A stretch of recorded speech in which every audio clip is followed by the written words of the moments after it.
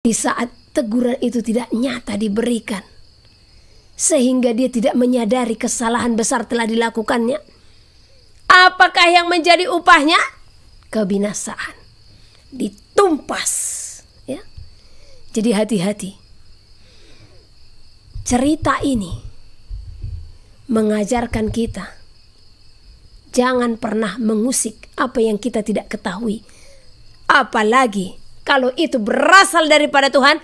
Jangan pernah mengusik segala sesuatu yang berasal daripada Tuhan. Sebab siapa yang akan menjadi lawan saudara? Tuhan itu sendiri. Siapa yang akan menumpas saudara?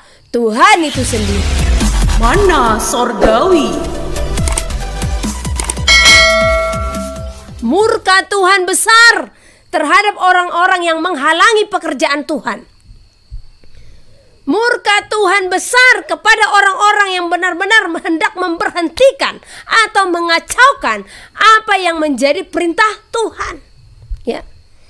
Tuhanlah yang berfirman kepada Musa untuk mengeluarkan bangsa Israel dari tanah Mesir. Tetapi banyak yang menjadi musuh mereka, terutama orang Amalek. Jadi Tuhan mendengar setiap jeritan jiwa. Oleh karena itu bagi saudara-saudara terkasih di dalam nama Tuhan Yehoshua HaMashiach yang hidup, yang penuh kuasa, ya. Saya sampaikan di sini sesuai dengan apa yang Tuhan sampaikan bagi kita. Jangan pernah menghalang-halangi pekerjaan Tuhan melalui cara-cara yang saudara lakukan yang bukan berasal daripada Tuhan. Jangan hanya karena pengaruh-pengaruh orang lain, saudara pun terlibat di dalamnya. Hal ini banyak terjadi, ya. Banyak banyak orang, ya, bahkan sampai berkelompok-kelompok merancangkan segala sesuatu untuk menjatuhkan seseorang atau menjatuhkan kelompok-kelompok yang mereka anggap tidak sesuai dengan mereka. Jadi di zaman ini pun itu masih terjadi, ya. Hati-hati. Kalau saudara tidak mengerti dan saudara tidak tahu tujuannya, jangan pernah terlibat, ya. Saya pernah tahu ada seseorang yang hidupnya sepenuhnya di dalam Tuhan, ya. Tetapi di saat dia berjalan teguh di dalam Tuhan, ya, dia bayar harga untuk semuanya itu dan bertolak belakang dengan orang lain, maka orang-orang ini pun bersekongkol untuk menjatuhkan orang tersebut, ya. Sementara dia dari hari itu sampai detik ini benar-benar teguh hidup di dalam Tuhan. Namun telah banyak orang-orang yang berniat untuk merongrong orang tersebut. Telah banyak orang yang bersekongkol dan bersekutu untuk mematahkan pekerjaan yang dilakukan orang tersebut. Sementara sekali lagi saya katakan, orang tersebut persekutuannya benar-benar penuh di dalam Tuhan, yang tidak melihat ke belakang, mengikut Tuhan, melakukan tugas dan tanggung jawab serta firman yang Tuhan berikan. Bahkan yang lebih dahsyat, yang berusaha untuk memberhentikannya siapa? Orang-orang yang katanya hidup di dalam Tuhan atau mengerti kebenaran. Orang-orang yang katanya bahkan melayani, ya. Namun saya pun melihat kuasa Tuhan sampai detik ini. Bertahun-tahun telah berjalan. Orang tersebut pun tetap setia di dalam Tuhan. Kalau Tuhan yang ada di pihaknya, siapa yang bisa menjadi lawannya? Ya. Namun bagaimana dengan orang-orang yang berniat untuk merongrong orang tersebut, ya? Mungkin di saat dia berada di dalam dunia tidak kelihatan. Enak kalau masih kelihatan penghakiman, penghukuman selama berada dalam bumi, sehingga ada waktu untuk bertobat. Bagaimana pula di saat teguran itu tidak nyata diberikan, sehingga dia tidak menyadari kesalahan besar telah dilakukannya. Apakah yang menjadi upahnya? Kebinasaan, ditumpas, ya. Jadi hati-hati. cerita ini mengajarkan kita jangan pernah mengusik apa yang kita tidak ketahui. Apalagi kalau itu berasal daripada Tuhan, jangan pernah mengusik segala sesuatu yang berasal daripada Tuhan. Sebab siapa yang akan menjadi lawan saudara? Tuhan itu sendiri. Siapa yang akan menumpas saudara? Tuhan itu sendiri. Jangan karena keirian, ya. Jangan karena ketidakcocokan, sehingga saudara pun berani untuk menghalang-halangi pekerjaan yang dia kerjakan. Hati-hati. Karena Tuhanlah yang akan menjadi lawan, ya. Jadi di sini kita diajarkan untuk tetap hidup, ya, berjalan seturut kehendak Tuhan, ya. Jangan rendahkan sesamamu, jangan menjatuhkan sesamamu, ya. Kita lanjut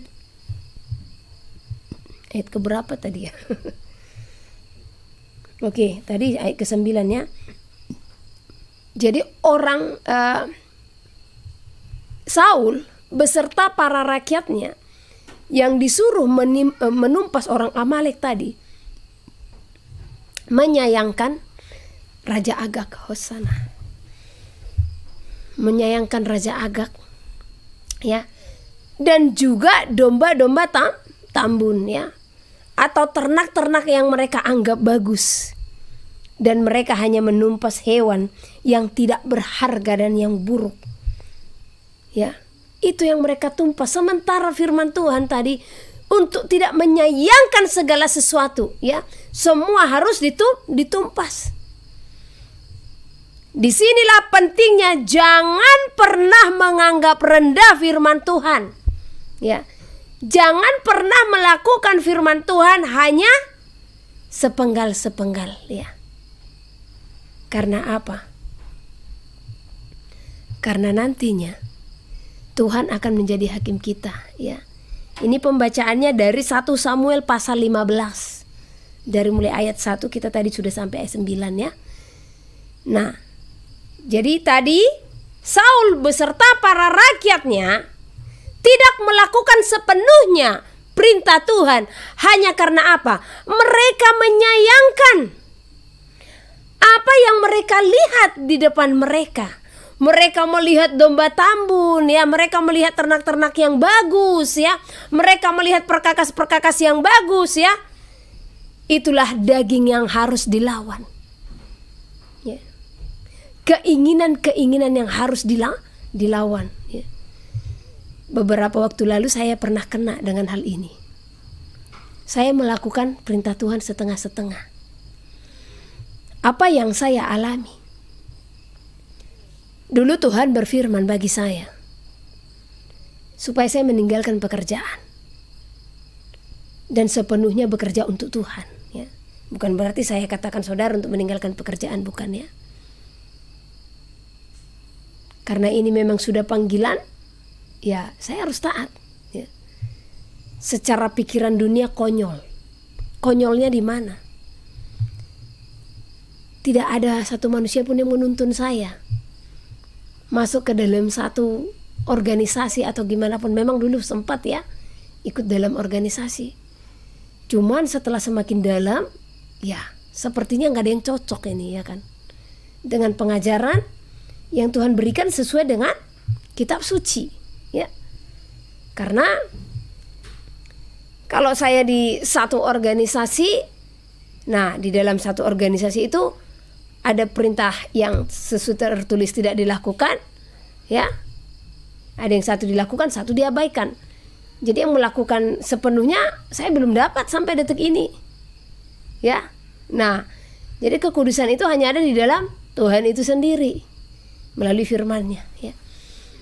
Jadi tahun berapa ya saya lupa, 2018 kalau nggak, 2016 Tuhan memanggil, ya. Saya memang melakukan tugas itu.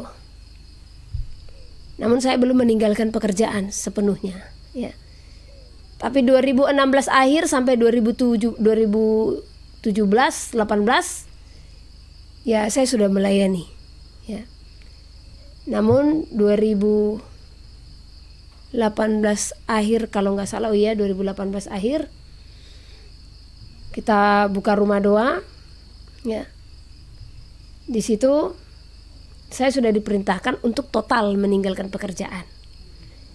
Nah, namun sebenarnya karena hanya untuk membantu orang juga, saya buka tempat pelatihan kerja bagi mereka yang akhirnya saya pun terlibat. Dulu saya tukang jahit, ya. Nah, tukang jahit baju pastinya, ya kan. Jadi di saat saya terlibat, akhirnya saya lupa saya punya tanggung jawab besar, yaitu bekerja di ladangnya Tuhan. Apa yang saya terima, nah ini yang sampai detik ini, ya, konsekuensi saya terima. Ya, hari itu saat kerja saya batuk-batuk, ya, yang sebelumnya nggak ada. Nah, dan batuk itu berlanjut sampai sekarang dari tahun 2019, ya, 2019 sampai detik ini. Berapa tahun? 4 tahun. Di saat saya cek ke dokter, ya, ada dokter yang mengatakan asma karena sesak, ya. Nah, ada yang katakan asam lambung, ada yang katakan sinusitis. Ke semua dokter saya pergi, tetapi hasilnya semua nggak akurat. Kalau asma pasti ada flek di dalam paru. Yang ada ini nggak ada flek, bersih. 2 kali difoto, 2 kali bersih, ya. Nah, itu selangnya kan harus sekali 6 bulan atau 8 bulan itu, ya. Tapi sesak terus, ya. Yang sesungguhnya saya tahu itu konsekuensi yang saya terima. Karena apa? Tuhan sudah perintahkan saya sepenuhnya, tetapi saya kompromi, ya. Sebagaimana Saul juga kompromi. Tapi di sini kebinasaan Saul jauh lah itu, ya. Nah, jadi di saat saya kompromi, saya masih bersyukur ada teguran itu, ya. Dan Tuhan masih memberikan kesempatan. Itu bedanya, ya. Di zaman kita ada kesempatan atau kasih karunia yang Tuhan masih berikan, ya. Nah, inilah yang sampai detik ini ada di dalam diri saya, ya. Namun saya percaya melalui itu semua kasih karunia juga Tuhan nyatakan. Saya tidak kecewa kepada Tuhan. Walau kadang berpikir, aduh Tuhan, waktu baru-baru, ya, orang didoakan sakit, didoakan sembuh, ya kan. Saya sendiri kok nggak sembuh-sembuh sih. Ya sudahlah, awal-awal memang ya susah. Tetapi hari semakin berjalan saya menikmati saja. Dan saya tidak mau terbebani dengan apa yang saya alami. Karena saya tahu segala sesuatu adalah ujian yang harus dihadapi, ya. Tadinya waktu baru mengalami, ya, itu benar-benar pertentangan yang sangat hebat. Namun di situ aku disadarkan akan satu firman. Puji dan sembahlah Tuhan di dalam situasi dan kondisi apapun, gitu, ya. Nah, jadi mau di dalam suka, di dalam duka, semua itu jangan jadi penghalang bagi kita untuk tetap memuji dan memuliakan nama Tuhan. Amin. Nah, jadi itu karena apa tadi? Kenapa harus saya terima itu? Karena melakukan firman itu setengah-setengah. Saya tetap melayani, tapi saya tidak meninggalkan pekerjaannya. Yang sesungguhnya Tuhan telah berdaulat sekalipun aku meninggalkan pekerjaan itu sepenuhnya, ya. Tadinya aku hanya menyayangkan, hanya karena mau membantu orang lain, ya. Nah, tetapi siapa saya harus membantu orang lain? Tuhan akan memberkati anak-anaknya. Tidak seharusnya saya membantu pekerjaan Tuhan, ya. Nah, Dia yang mempekerjakan, Dialah yang memberikan segala sesuatunya. Amin. Nah, jadi ini seolah-olah saya membantu Tuhan ini, ya. Jadi jangan lakukan hal yang demikian. Kalau Tuhan sudah berfirman tinggalkan, tinggalkan. Tuhan sudah berfirman tumpas, tumpas.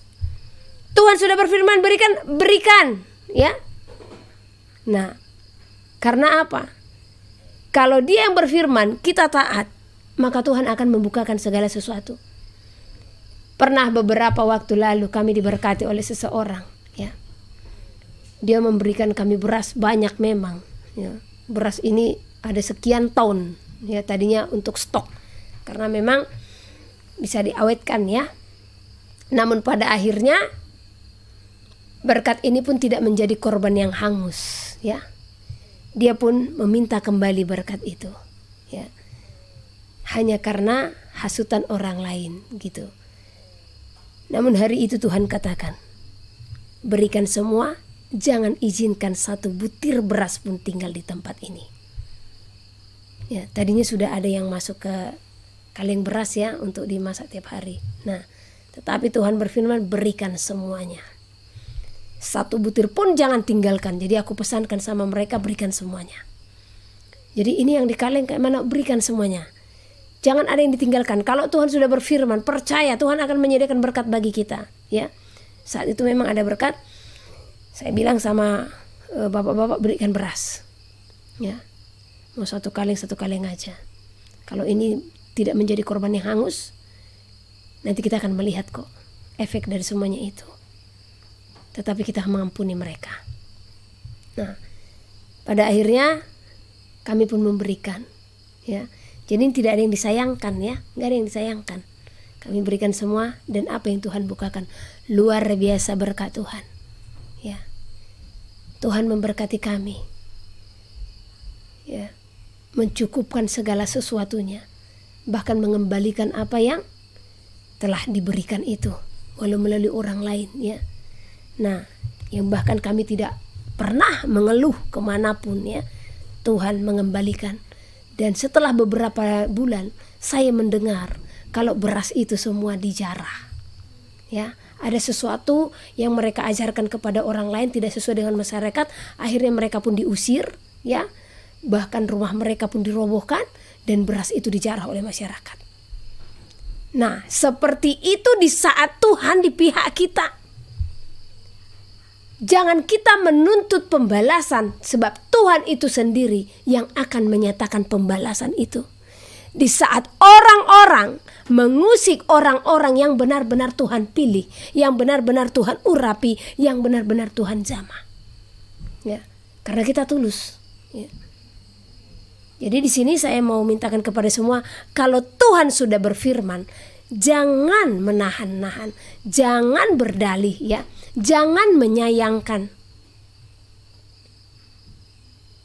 Saya juga pernah menyayangkan segala sesuatu. Dulu saya pernah mengunjungi orang sakit. Nah, di saat saya berkunjung, saat itu uang yang ada di ATM saya 1 juta. Cuman di tangan saya ada 500 ribu. 500 ribu ini, saya baru pulang dari Jakarta hari itu. 500 ribu ini khusus untuk uang belanja. Nah, karena ada beberapa orang yang menjadi tanggung jawab. Nah, jadi hari itu Tuhan katakan, berikan setengah dari apa yang kamu miliki kepada orang sakit ini ya. Nah, walau sesungguhnya orang sakit ini kita lihat keadaannya cukup gitu. Tapi kalau Tuhan sudah berfirman, maka kita harus taat. Nah, jadi saya udah rela memberikan 500 ribu ya, karena setengah dari yang saya miliki. Jadi yang saya miliki saya anggap yang dari di ATM itu tadi ya, karena ini memang sudah harus keluar ini semuanya, beli ini semua untuk keperluan ke rumah doa hari itu. Nah, 500 ribu Tuhan ya. Tapi saat itu saya melihat anaknya perempuan baru keluar dari kamar. Nah, di saat saya melihat, oh cantik banget anaknya, keren, gayanya keren gitu kan. Ya sudah deh. Ini mereka gak yang berkekurangan gitu dalam hati ya kan. Nah kan sayang, bisa dipakai untuk yang lain. Sama seperti Saul tadi yang menyayangkan segala sesuatu ya. Tapi kebinasaannya kita jauhkan itu ya. Nah, waktu akhirnya saya berikan sama ibu itu 200 ribu. Saya pulang, apa yang terjadi? Dalam 1 hari, bahkan semua yang ATM saya habis. Entah kemana-mana. Ya, dalam 1 hari saya dinolkan. Kesaksian-kesaksian seperti ini pun banyak yang bersaksi kepada saya. Itulah di saat kita menyayangkan segala sesuatu yang dimana Tuhan telah berfirman. Kalau Tuhan katakan lepaskan, lepaskan. Tuhan katakan tinggalkan, tinggalkan. Ya. Sebab di saat Tuhan berfirman kita katakan ya, maka di sana nyata kedaulatan Tuhan. Bagaimana Bapak Abraham di saat Tuhan perintahkan pergi ke luar daerah, ya kan, yang dia tidak kenal sama sekali. Dia meninggalkan segala harta yang dia miliki, ya. Apa yang terjadi dalam hidupnya dalam ketaatannya, Tuhan mengembalikan, bahkan berlipat kali ganda Tuhan kembalikan, ya. Bahkan berpuluh kali lipat Tuhan pun kembalikan, ya. Waktu saya diperintahkan untuk meninggalkan pekerjaan dan sepenuhnya benar-benar memberitakan kebenaran, ya. Saya sadar hari itu sudah sakit, ya. Oh Tuhan, saya melanggar, berikan saya kesempatan. Dan ternyata apa? Setelah saya lepas total dari pekerjaan saya, kalau saya memakai pemikiran dunia, ya, terus saya, siapa yang menggaji, kan gitu, ya. Kalau pendeta-pendeta kan banyak yang menggaji, jemaatnya sudah banyak, ya kan. Nah, ini gak ada jemaat karena saya bukan pendeta, gitu, ya. Tapi saya melepaskan, membuang semua pikiran itu. Saya bilang sama Tuhan, Engkau Tuhan yang dahsyat, Engkau yang Tuhan berdaulat, pimpinanku adalah Engkau. Engkau yang mencukupkan segala kebutuhan keperluan hidupku, Tuhan. Dan puji Tuhan, sampai detik ini pun Tuhan nyatakan penyertaannya. Amin. 7 tahun sudah berjalan dari 2016, 17, 18, 19, 2020, 2021, 2023, 7 tahun. Ya. 7 tahun saya telah meninggalkan semuanya. Dan terpujilah Dia yang Maha Kudus, ya.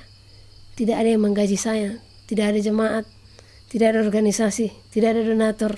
Ya, Tuhan yang menjadi donatur melalui tangan-tangan orang yang diberkatinya, ya.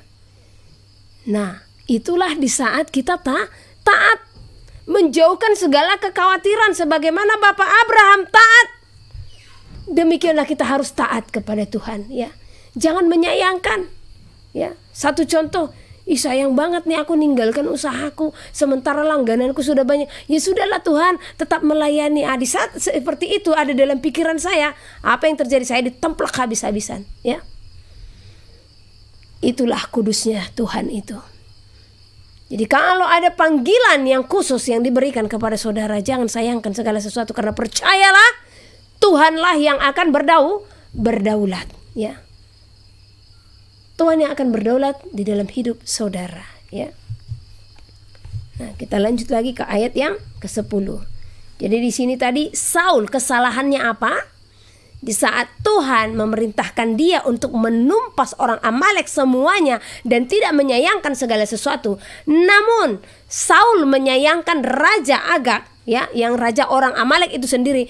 Dan Saul beserta rakyatnya juga menyayangkan domba-domba tambun, ya, ternak-ternak yang bagus. Mereka hanya membinasakan hewan yang tidak berharga dan yang buruk, ya. Itu yang mereka binasakan, ya. Kemudian ayat ke-10, lalu datanglah firman Tuhan kepada Samuel demikian, aku menyesal karena aku telah menjadikan Saul raja, sebab ia telah berbalik daripada aku dan tidak melaksanakan firmanku. Ingat, waktu Saul dipilih menjadi raja, sebelum Saul pun dipilih menjadi raja, dia orang yang dekat dengan Tuhan, ya. Nah, dia orang yang karib dengan Tuhan. Dia orang yang bersekutu dengan Tuhan, ya. Oke. Jadi di sini Tuhan katakan, aku menyesal karena aku telah menjadikan Saul raja, sebab ia telah berbalik daripada aku dan tidak melaksanakan firmanku. Maka sakit hatilah Samuel, ya. Dan ia berseru-seru kepada Tuhan semalam-malaman. Lalu Samuel bangun pagi-pagi untuk bertemu dengan Saul. Tetapi diberitahukan kepada Samuel demikian, Saul telah ke Karmel tadi dan telah didirikannya baginya suatu tanda peringatan. Kemudian ia balik dan mengambil jurusan ke Gilgal. Ketika Samuel sampai kepada Saul, berkatalah Saul kepadanya, diberkatilah kiranya engkau oleh Tuhan. Aku telah melaksanakan firman Tuhan. Tetapi kata Samuel, kalau begitu, apakah bunyi kambing domba yang sampai ke telingaku dan bunyi lembu-lembu yang kudengar itu? Jawab Saul, semuanya itu dibawa daripada orang Amalek, sebab rakyat menyelamatkan kambing domba dan lembu-lembu yang terbaik dengan maksud untuk mempersembahkan korban kepada Tuhan Elohimmu.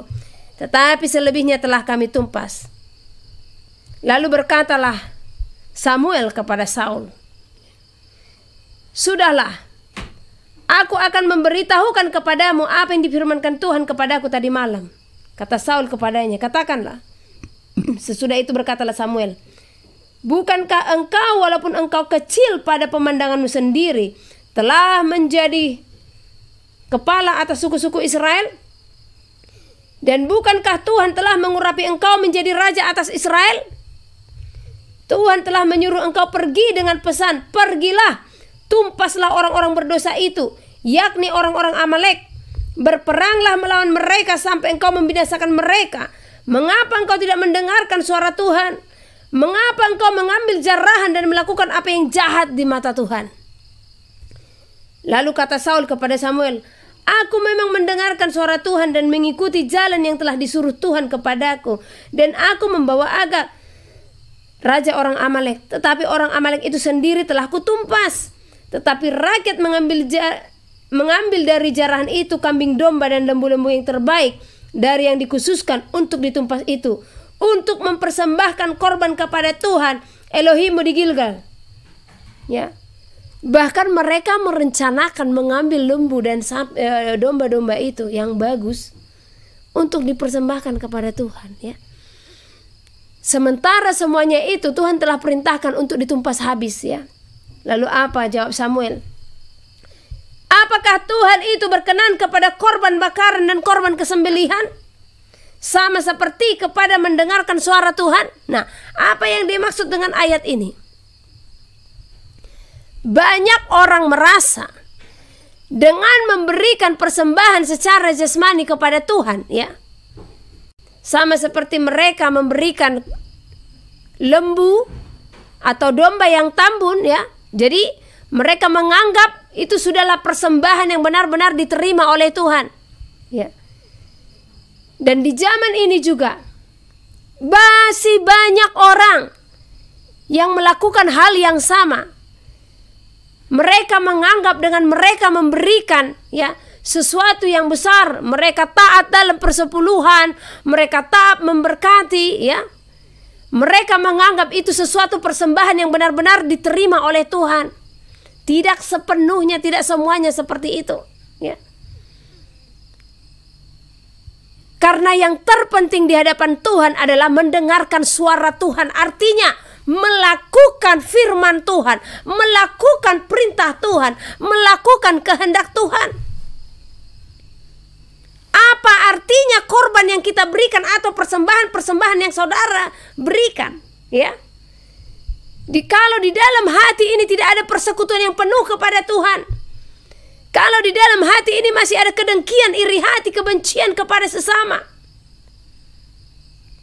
tidak ada gunanya korban-korban yang saudara berikan jikalau tidak ada perobekan dari diri saudara, jikalau tidak ada pembentukan karakter di dalam diri saudara.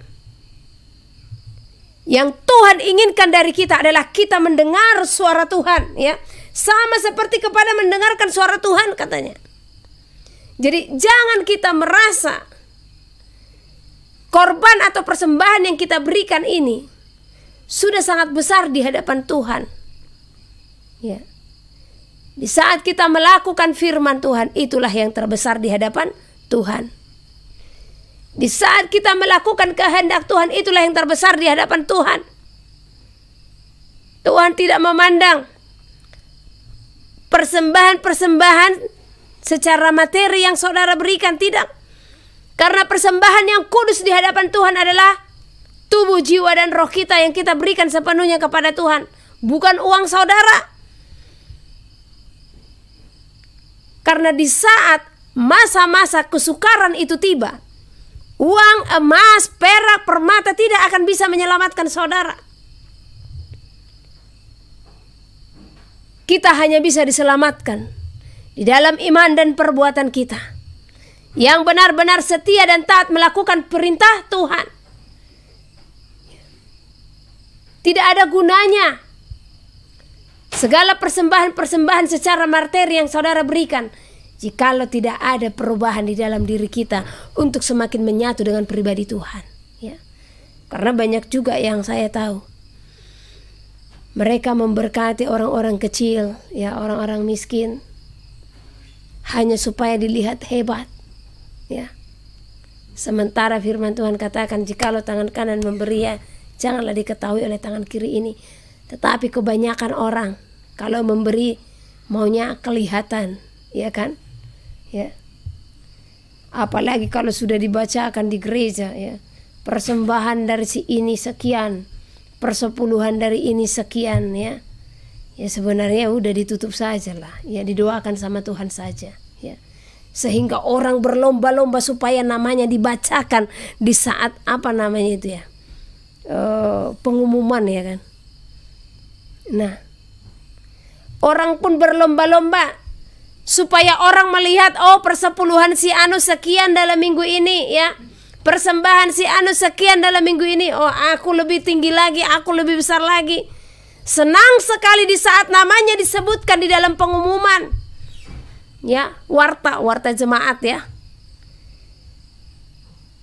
Jadi mereka berlomba-lomba supaya namanya yang tertulis di warta ini dibacakan, sehingga menaikkan kepala di saat urutannya tertinggi. Wow. Apakah korban seperti ini berkenan di hadapan Tuhan? Apakah persembahan saudara diterima oleh Tuhan? Tidak. Jelas saya katakan tidak. Semua itu adalah ibadah yang sia-sia. Jikalau kita datang beribadah hanya untuk apa? Puji-pujian dunia. Sebab di saat kita menginginkan puji-pujian itu, maka di sana kita telah mencuri kemuliaan Tuhan.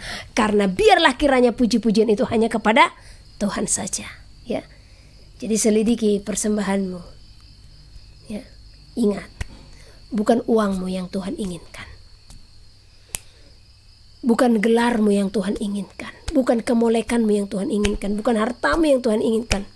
Yang Tuhan inginkan tubuh, roh, dan jiwamu yang kau persembahkan sepenuhnya kepada Tuhan, ya. Itu. Jadi setiap kita yang datang beribadah jangan terhalang hanya karena saudara tidak punya uang untuk di kantong kolekte, ya. Jangan. Sebab Tuhan melihat setiap hati kita, ya. Karena tadi saudara datang beribadah ke gereja hanya untuk memuliakan nama Tuhan. Jadi jangan surut langkahmu. Tetapi saya ingatkan juga bagi kita-kita terutama pengerja di dalam gereja, jangan pula di saat dia nggak ada persembahan kita memandang di sebelah mata seperti ini, ya kan. Illuminati nanti jadinya, ya kan. Mata satu. Nah, karena jangankan di zaman ini, ya, di zaman ahli Taurat juga, ya, banyak sekali orang-orang yang dianggap berada, yang pakaiannya bagus, ya, dianggap donatur itu selalu duduknya di depan. Ya, saya telah melihat ini banyak di gereja. Duduknya di depan. Yang biasa-biasa ya sudah masuk-masuk aja. Tapi kalau ini yang donatur ini, ya, oh penyambutan luar biasa. Salam Pak, salam Ibu. Tapi coba kalau pakaiannya compang-camping, ya, hanya karena dia nggak punya, bisa nggak saudara katakan, ayo duduk di depan? Sanggup nggak? Ya, jadi bagi para penerima tamu, ya, supaya melihat, kalaupun pakaiannya compang-camping namun hatinya benar-benar datang beribadah, hantarkan dia ke depan. Jangan menjaga hati manusia, karena kejatuhan Saul karena menjaga hati manusia, ya. Dia menjaga hati para rakyatnya yang menyerukan supaya semua domba-domba tambun itu dibawa. Nah, ya, kita harus memperlakukan semua orang itu sama, karena Tuhan memperlakukan kita di hadapannya adalah sama, ya. Nah, kasihnya kepada kita sama. Nah, jadi bagi gereja-gereja yang melihat donatur-donatur atau berpakaian bagus membuat tempat duduk mereka di depan bertobat, jangan seperti ahli Taurat, ya, di zaman dahulu. Karena apa efeknya? Saya pernah melihat, saya pernah beribadah di dalam satu gereja, ya.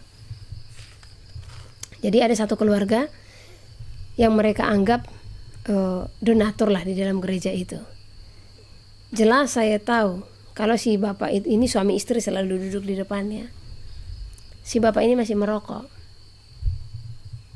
Tapi bagaimana gembala ini ketegasan terhadap jemaat ini? Kurang tegas. Karena apa? Takut nggak datang. Nanti berkatnya nggak mengalir. Jadi orang lebih takut kehilangan berkat secara jasmani daripada berkat rohani. Ya. Nah, jadi bagi anak-anak Tuhan pasti bisa tahulah ya. Karena kita harus berlaku adil di hadapan Tuhan ya. Kita lanjut. Sudah ayat keberapa tadi ya? Ayat keberapa? Oke, ayat ke-18. Saya ulang ayat 18 ya. Tuhan telah menyuruh engkau pergi dengan pesan, pergilah tumpaslah orang-orang berdosa itu, yakni orang-orang Amalek. Berperanglah melawan mereka. Oh, ini tadi sudah. Ayat 22 ini. Tadi sudah setengah ya. Apakah Tuhan itu berkenan kepada korban bakaran dan korban sembelihan? Sama seperti kepada mendengarkan suara Tuhan?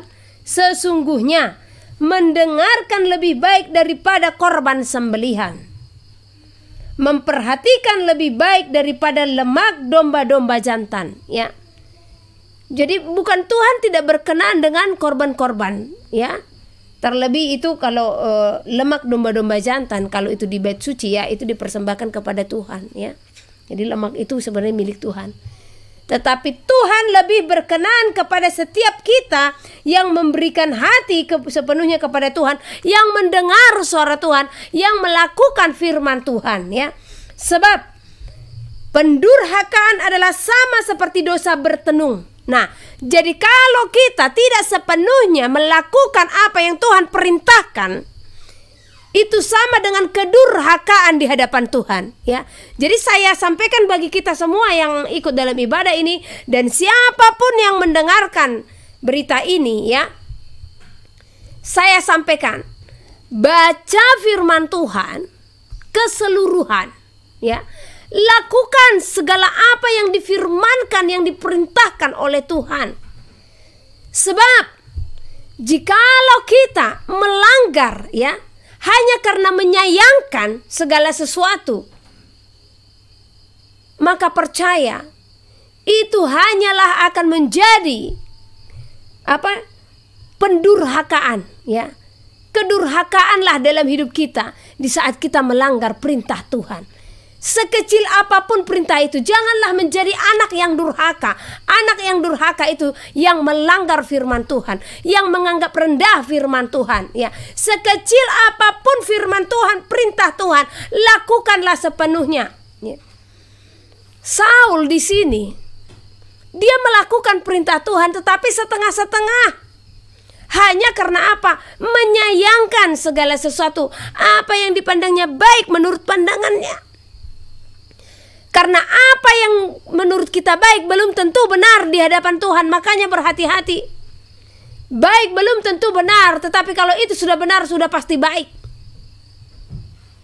Di sini pentingnya kita berhikmat, berpengertian dan berpengetahuan ya.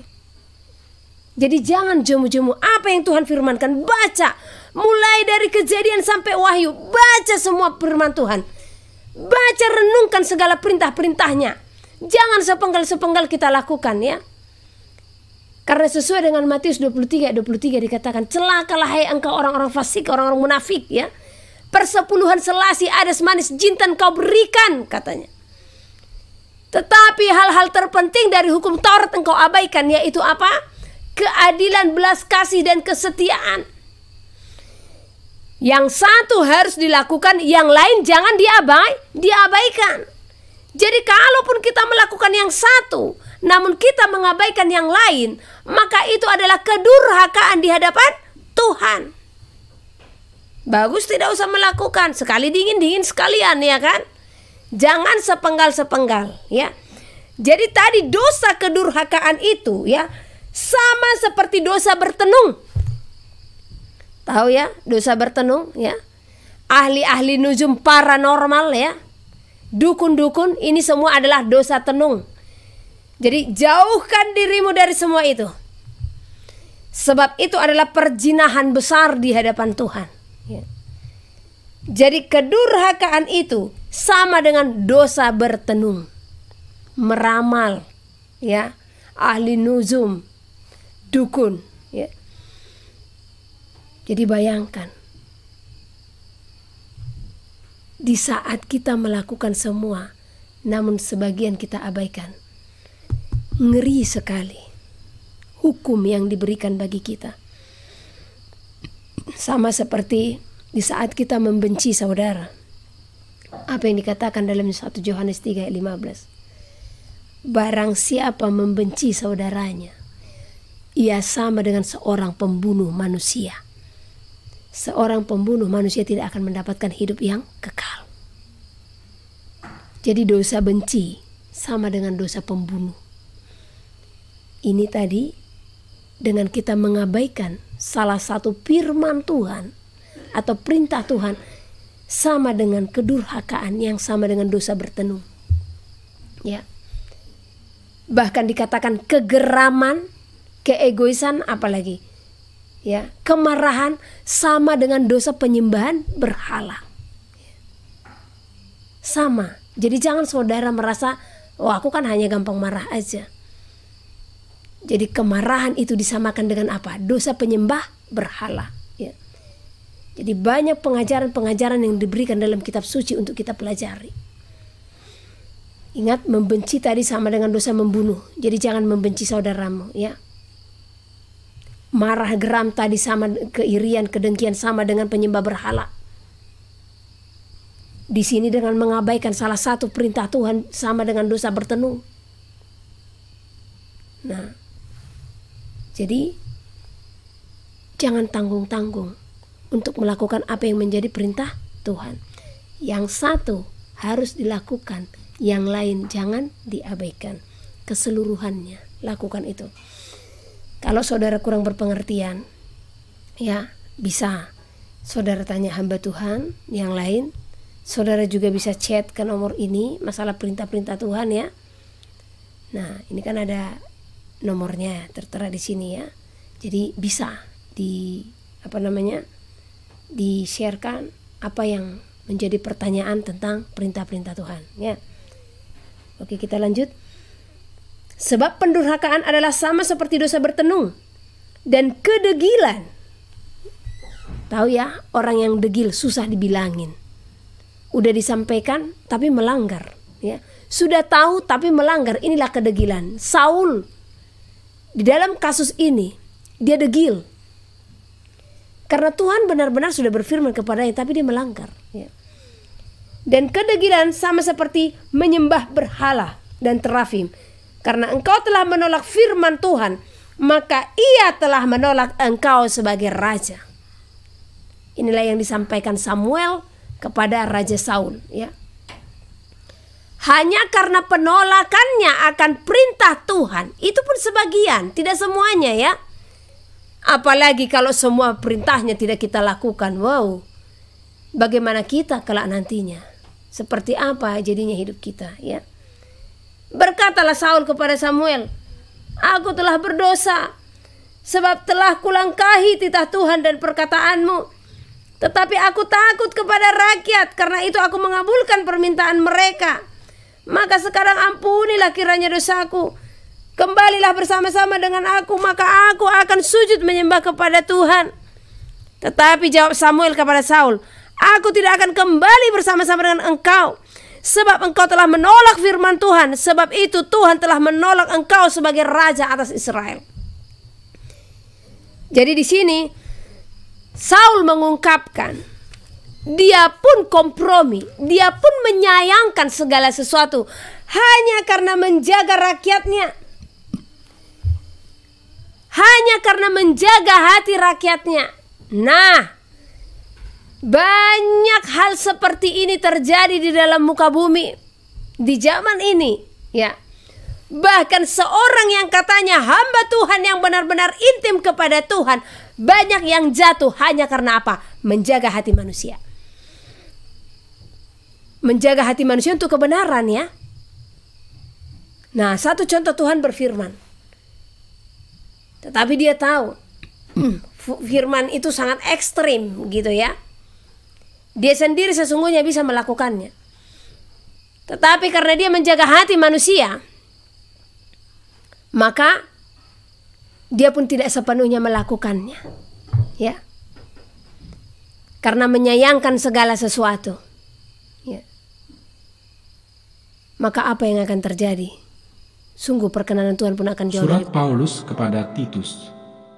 Titus pasal 1. Salam dari Paulus, hamba Allah dan Rasul Yesus Kristus, untuk memelihara iman orang-orang pilihan Allah dan pengetahuan akan kebenaran, seperti yang nampak dalam ibadah kita, dan berdasarkan pengharapan akan hidup yang kekal yang sebelum permulaan zaman sudah dijanjikan oleh Allah yang tidak berdusta, dan yang pada waktu yang dikehendakinya telah menyatakan firman-Nya dalam pemberitaan Injil yang telah dipercayakan kepadaku sesuai dengan perintah Allah Juru Selamat kita. Kepada Titus, anakku yang sah menurut iman kita bersama, kasih karunia dan damai sejahtera dari Allah Bapa dan Kristus Yesus, Juru Selamat kita, menyertai engkau. Tugas Titus di Kreta, syarat-syarat bagi penatua, penilik jemaat. Aku telah meninggalkan engkau di Kreta dengan maksud ini, supaya engkau mengatur apa yang masih perlu diatur, dan supaya engkau menetapkan penatua-penatua di setiap kota, seperti yang telah kupesankan kepadamu, yakni orang-orang yang tak bercacat, yang mempunyai hanya satu istri, yang anak-anaknya hidup beriman dan tidak dapat dituduh karena hidup tidak senonoh atau hidup tidak tertib. Sebab sebagai pengatur rumah Allah, seorang penilik jemaat harus tidak bercacat, tidak angkuh, bukan pemberang, bukan peminum, bukan pemarah, tidak serakah, melainkan suka memberi tumpangan, suka akan yang baik, bijaksana, adil, saleh, dapat menguasai diri, dan berpegang kepada perkataan yang benar, yang sesuai dengan ajaran yang sehat, supaya ia sanggup menasihati orang berdasarkan ajaran itu, dan sanggup meyakinkan penentang-penentangnya. Karena sudah banyak orang hidup tidak tertib, terutama di antara mereka yang berpegang pada hukum sunat. Dengan omongan yang sia-sia mereka menyesatkan pikiran. Orang-orang semacam itu harus ditutup mulutnya, karena mereka mengacau banyak keluarga dengan mengajarkan yang tidak-tidak untuk mendapat untung yang memalukan. Seorang dari kalangan mereka, nabi mereka sendiri, pernah berkata, "Dasar orang Kreta pembohong, binatang buas, pelahap yang malas." Kesaksian itu benar. Karena itu tegurlah mereka dengan tegas supaya mereka menjadi sehat dalam iman dan tidak lagi mengindahkan dongeng-dongeng Yahudi dan hukum-hukum manusia yang berpaling dari kebenaran. Bagi orang suci semuanya suci, tetapi bagi orang najis dan bagi orang tidak beriman, suatu pun tidak ada yang suci, karena baik akal maupun suara hati mereka najis. Mereka mengaku mengenal Allah, tetapi dengan perbuatan mereka menyangkal Dia. Mereka keji dan durhaka, dan tidak sanggup berbuat sesuatu yang baik. Titus pasal 2. Kewajiban orang tua, pemuda, dan hamba. Tetapi engkau, beritakanlah apa yang sesuai dengan ajaran yang sehat. Laki-laki yang tua hendaklah hidup sederhana, terhormat, bijaksana, sehat dalam iman, dalam kasih, dan dalam ketekunan. Demikian juga perempuan-perempuan yang tua, hendaklah mereka hidup sebagai orang-orang beribadah. Jangan memfitnah, jangan menjadi hamba anggur, tetapi cakap mengajarkan hal-hal yang baik, dan dengan demikian mendidik perempuan-perempuan muda mengasihi suami dan anak-anaknya. Hidup bijaksana dan suci, rajin mengatur rumah tangganya, baik hati dan taat kepada suaminya, agar firman Allah jangan dihujat orang. Demikian juga orang-orang muda, nasihatilah mereka supaya mereka menguasai diri dalam segala hal, dan jadikanlah dirimu sendiri suatu teladan dalam berbuat baik. Hendaklah engkau jujur dan bersungguh-sungguh dalam pengajaranmu, sehat dan tidak bercela dalam pemberitaanmu, sehingga lawan menjadi malu, karena tidak ada hal-hal buruk yang dapat mereka sebarkan tentang kita. Hamba-hamba hendaklah taat kepada tuannya dalam segala hal, dan berkenan kepada mereka. Jangan membantah, jangan curang, tetapi hendaklah selalu tulus dan setia, supaya dengan demikian mereka dalam segala hal memuliakan ajaran Allah, Juru Selamat kita. kasih karunia Allah menyelamatkan semua manusia. Karena kasih karunia Allah yang menyelamatkan semua manusia sudah nyata. Ia mendidik kita supaya kita meninggalkan kefasikan dan keinginan-keinginan duniawi, dan supaya kita hidup bijaksana, adil dan beribadah di dalam dunia sekarang ini, dengan menantikan pengenapan pengharapan kita yang penuh bahagia dan penyataan kemuliaan Allah yang maha besar dan juru selamat kita, Yesus Kristus, yang telah menyerahkan dirinya bagi kita untuk membebaskan kita dari segala kejahatan dan untuk menguduskan bagi dirinya suatu umat kepunyaannya sendiri yang rajin berbuat baik. Beritakanlah semuanya itu, nasihatilah dan yakinkanlah orang dengan segala kewibawaanmu. Janganlah ada orang yang menganggap engkau rendah.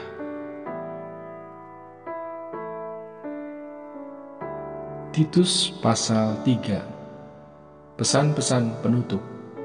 Ingatkanlah mereka supaya mereka tunduk pada pemerintah dan orang-orang yang berkuasa, taat dan siap untuk melakukan setiap pekerjaan yang baik.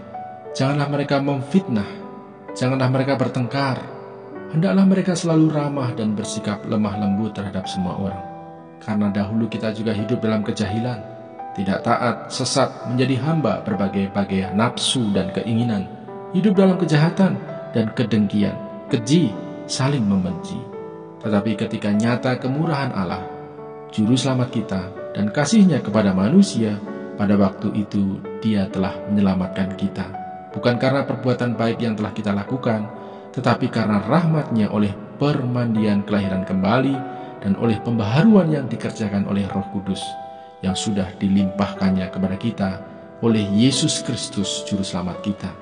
Supaya kita, sebagai orang yang dibenarkan oleh kasih karunia-Nya, berhak menerima hidup yang kekal, sesuai dengan pengharapan kita.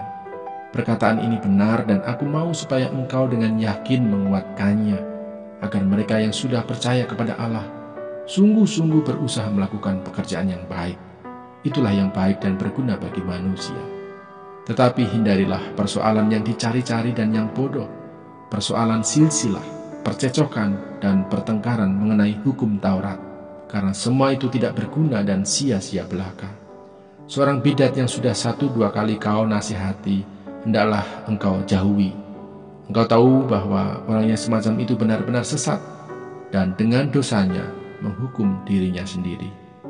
Segera sesudah kukirim Artemas atau Tikhikus kepadamu, berusahalah datang kepadaku di Nikopolis, karena sudah kuputuskan untuk tinggal di tempat itu selama musim dingin ini. Tolonglah sebaik-baiknya Zenas ahli Taurat itu dan Apolos dalam perjalanan mereka, agar mereka jangan kekurangan sesuatu apa. Dan biarlah orang-orang kita juga belajar melakukan pekerjaan yang baik untuk dapat memenuhi keperluan hidup yang pokok, supaya hidup mereka jangan tidak berbuah. Salam. Salam dari semua orang yang bersama aku di sini, dan sampaikanlah salamku kepada mereka yang mengasihi kami di dalam iman. Kasih karunia menyertai kamu sekalian. Surat Paulus kepada Filemon. Filemon pasal 1. Salam dari Paulus, seorang hukuman karena Kristus Yesus, dan dari Timotius saudara kita, kepada Filemon yang kekasih, teman sekerja kami, dan kepada Apfia saudara perempuan kita, dan kepada Arkipus, teman seperjuangan kita, dan kepada jemaat di rumahmu. Kasih karunia dan damai sejahtera dari Allah Bapa kita dan dari Tuhan Yesus Kristus menyertai kamu. Ucapan syukur. Aku mengucap syukur kepada Allahku setiap kali aku mengingat engkau dalam doaku, karena aku mendengar tentang kasih-Mu kepada semua orang kudus dan tentang iman-Mu kepada Tuhan Yesus. Dan aku berdoa agar persekutuan-Mu di dalam iman turut mengerjakan pengetahuan akan yang baik di antara kita untuk Kristus. Dari kasih-Mu sudah kuperoleh kegembiraan besar dan kekuatan, sebab hati orang-orang kudus telah Kau hiburkan, saudaraku. Permintaan Paulus kepada Filemon mengenai Onesimus. Karena itu, sekalipun di dalam Kristus aku mempunyai kebebasan penuh untuk memerintahkan kepadamu apa yang harus engkau lakukan, tetapi mengingat kasih-Mu itu, lebih baik aku memintanya daripadamu. Aku, Paulus, yang sudah menjadi tua, lagi pula sekarang dipenjarakan karena Kristus Yesus, mengajukan permintaan kepadamu mengenai anakku yang kudapat selagi aku dalam penjara, yakni Onesimus. Dahulu memang dia tidak berguna bagimu, tetapi sekarang sangat berguna baik bagimu maupun bagiku. Dia kusuruh kembali kepadamu. Dia yaitu buah hatiku. Sebenarnya aku mau menahan dia di sini sebagai gantimu untuk melayani aku selama aku dipenjarakan karena Injil. Tetapi tanpa persetujuanmu, aku tidak mau berbuat sesuatu, supaya yang baik itu jangan engkau lakukan seolah-olah dengan paksa, melainkan dengan sukarela. Sebab mungkin karena itulah dia dipisahkan sejenak daripadamu, supaya engkau dapat menerimanya untuk selama-lamanya, bukan lagi sebagai hamba, melainkan lebih daripada hamba, yaitu sebagai saudara yang kekasih. Bagiku sudah demikian, apalagi bagimu, baik secara manusia maupun di dalam Tuhan. Kalau engkau menganggap aku temanmu seiman, terimalah dia seperti aku sendiri. Dan kalau dia sudah merugikan engkau ataupun berhutang padamu, tanggungkanlah semuanya itu kepadaku. Aku, Paulus, menjaminnya dengan tulisan tanganku sendiri. Aku akan membayarnya, agar jangan kau katakan, tanggungkanlah semuanya itu kepadamu, karena engkau berhutang padaku, yaitu dirimu sendiri. Ya saudaraku, semoga engkau berguna bagiku di dalam Tuhan. Hiburkanlah hatiku di dalam Kristus.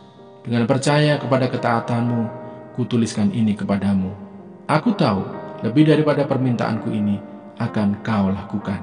Dalam pada itu, bersedialah juga memberi tumpangan kepadaku, karena aku harap oleh doamu, aku akan dikembalikan kepadamu. Salam. Salam kepadamu dari Epafras, temanku sepenjara karena Kristus Yesus, dan dari Markus, Aristarkus, Demas, dan Lukas, teman-teman sekerjaku. Kasih karunia Tuhan Yesus Kristus menyertai roh. Mana Sorgawi.